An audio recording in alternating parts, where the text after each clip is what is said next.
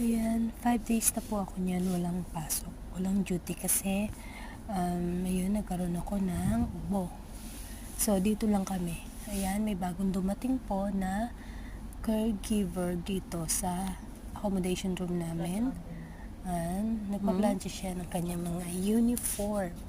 Para in case lang, magpa-plancha pala ako. siya, Meron pala akong uniform na parang naka-ready. pambaba lang So, yata yung plancha ko. ayan.